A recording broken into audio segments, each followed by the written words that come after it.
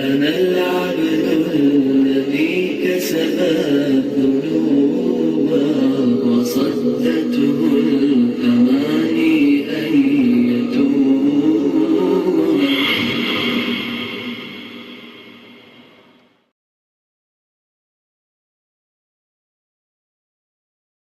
تشریف لا رہے ہیں مولانا مفتی جسیم صاحب مرکز المعارف بمبئی۔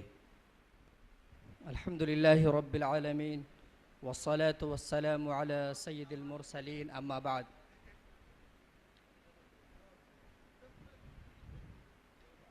میرے مقالے کا عنوان ہے خطیب الاسلام مولانا محمد سالم قاسمی از اے گریٹ اسپیکر۔ اس کا خلاصہ میں دو چار لائنوں میں بتا دوں، پھر میں جگہ جگہ سے اقتباسات پڑھ کے سنا دوں گا انشاءاللہ۔ شیخ المشائخ، استاذ الاساتذہ، خطیب الاسلام حضرت مولانا محمد سالم قاسمی رحمۃ اللہ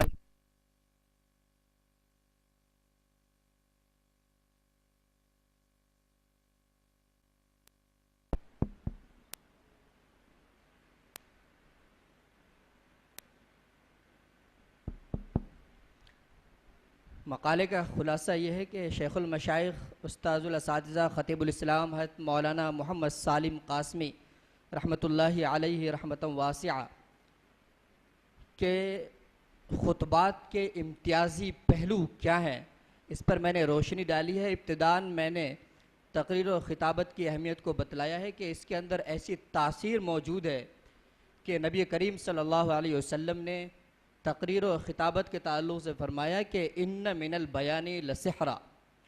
پھر میں نے مثالوں کے ذریعے یہ بتلانے کی کوشش کی ہے کہ دنیا کے اندر جتنے بھی بڑے بڑے انقلاب آئے اس میں کہیں نہ کہیں خطابت کا بہت ہی بڑا رول رہا ہے۔ خطابت اور تقریر کو لوگوں نے الگ الگ مقاصد کے لیے استعمال کیے۔ پازیٹیو یعنی مثبت طریقے پر استعمال کرنے والوں کی لمبی فہرست ہے، جن کا نام میں نے اس کے اندر لکھا ہے۔ بہت سارے مسلمان بھی ہیں، کچھ غیر مسلم بھی ہیں۔ اس کے ساتھ ہی کچھ ایسے لوگوں کا بھی میں نے ذکر کیا ہے جنہوں نے اس خداداد صلاحیت کو نیگیٹو پرپس کے لیے یعنی انسانوں کو نقصان پہنچانے کے لیے استعمال کیا، اور اس لسٹ کے اندر ایک بہت بڑا نام اور ایک بہت ہی بدنام زمانہ نام نازی لیڈر ہٹلر کا آتا ہے۔ اس کا میں نے مختصراً ایک پیراگراف کے اندر تذکرہ کیا ہے۔ اس کا ماننا تھا، وہ کہتا تھا کہ I know that men are won over less by the written than by the spoken word, that every great movement on this earth owes its growth to great orators and not to great writers۔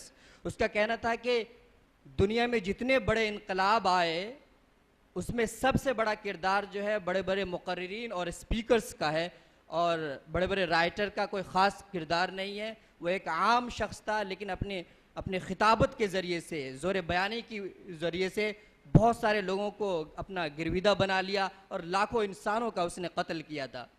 اس کے بعد میں نے حضرت مولانا کی حیات کے تعلق سے جو باتیں لکھی ہیں اس کا دو چار لائنوں میں ذکر کر دوں کہ بیان و خطابت کے تین بنیادی مقاصد ہیں۔ سامعین کا دل جیتنا، اسی طریقے سے سامعین کو کسی بات پر ابھارنا، تیسرے نمبر پہ معلومات فراہم کرنا۔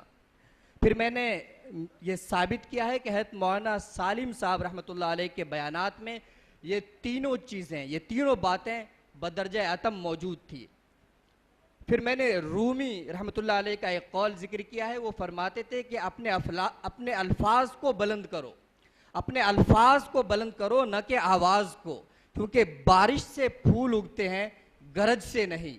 حضرت رحمۃ اللہ علیہ جب بیان کرتے تھے تو آواز میں بہت زیادہ اتار چڑھاؤ نہیں ہوتا تھا، بہت زیادہ تیز آواز میں بھی آپ گفتگو نہیں کرتے تھے، لیکن اس قدر مناسب الفاظ و تعبیرات استعمال کرتے تھے کہ لوگ گرویدہ ہوئے بغیر نہیں رہتے تھے۔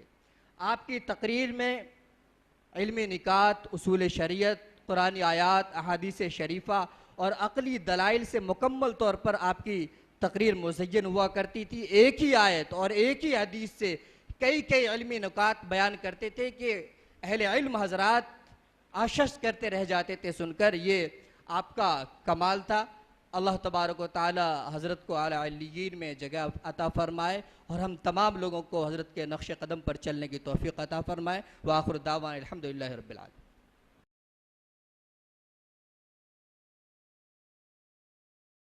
أنا العبد الذي كسب